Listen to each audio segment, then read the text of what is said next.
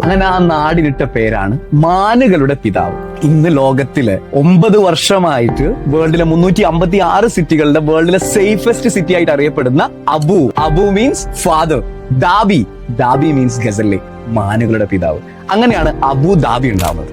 അധികം ആൾക്കാരും അറിയാത്ത ഒരു വലിയ സ്റ്റോറി ഉണ്ട് അബുദാബിക്കും ദുബായിക്കും. 700-800 വർഷങ്ങൾക്ക് മുമ്പ് മരുഭൂമിയിൽ താമസിച്ചിരുന്ന ഒരു 400-ലധികം വരുന്ന ഫാമിലികൾ.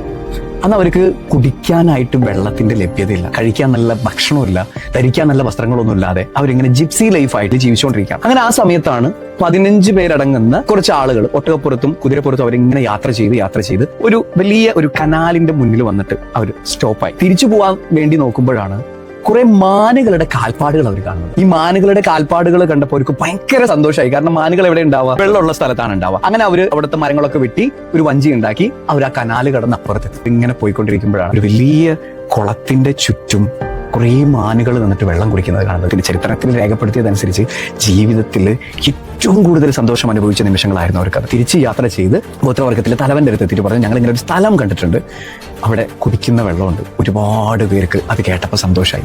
പക്ഷെ ഏറ്റവും വലിയ വെല്ലുവിളി എന്താണ്? 15 ദിവസം എടുത്ത് ഇവർക്ക് തന്നെ അവിടെ എത്താൻ.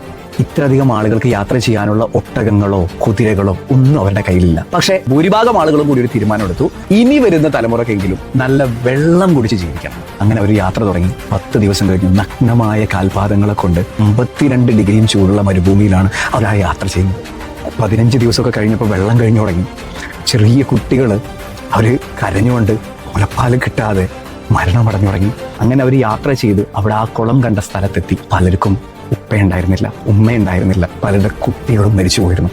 പക്ഷെ പുതിയൊരു തലമുറയ്ക്ക് വേണ്ടി അവരതൊക്കെ സഹിച്ചു. അവർ ആ കടലിൻ്റെ അടുത്ത് സെറ്റിൽഡായി. അങ്ങനെ ആ നാടിന് അവരൊരു പേര്, മാനുകളെ കണ്ടതുകൊണ്ടല്ലേ അവരവിടെ എത്തിയത്. അങ്ങനെ ആ നാടിനിട്ട പേരാണ് മാനുകളുടെ പിതാവ്. ഇന്ന് ലോകത്തില് 9 വർഷമായിട്ട് വേൾഡിലെ സേഫസ്റ്റ് സിറ്റി ആയിട്ട് അറിയപ്പെടുന്ന Abu means father, Dhabi means gazelle, മാനുകളുടെ പിതാവ്. അങ്ങനെയാണ് അബുദാബി ഉണ്ടാവുന്നത്. കുറച്ചു കാലങ്ങൾ അവരവിടെ ജീവിച്ചു, മീനൊക്കെ പിടിച്ചു, മുത്തുകളൊക്കെ എടുത്ത് ജീവിച്ചു. അതിൽ നിന്ന് 700 മുതൽ 800 പേരടങ്ങുന്ന സംഘം വീണ്ടും പലായനം നടന്നു. 10 ദിവസത്തോളം അവർ യാത്ര ചെയ്ത് 300-ലധികം കിലോമീറ്റർ അന്ന് മരുഭൂമിയിലൂടെ യാത്ര ചെയ്തെന്നാണ് കണക്കുകളില്ലാത്ത രേഖകൾ പറയുന്നത്. അങ്ങനെ യാത്ര ചെയ്ത് അവരൊരു കടൽ തീരത്തെത്തി.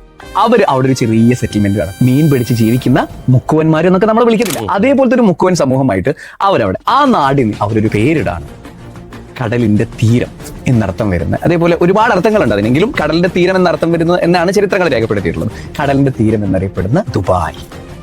അങ്ങനെയാണ് അബുദാബിയും ദുബായും ഉണ്ടാവുന്നത്.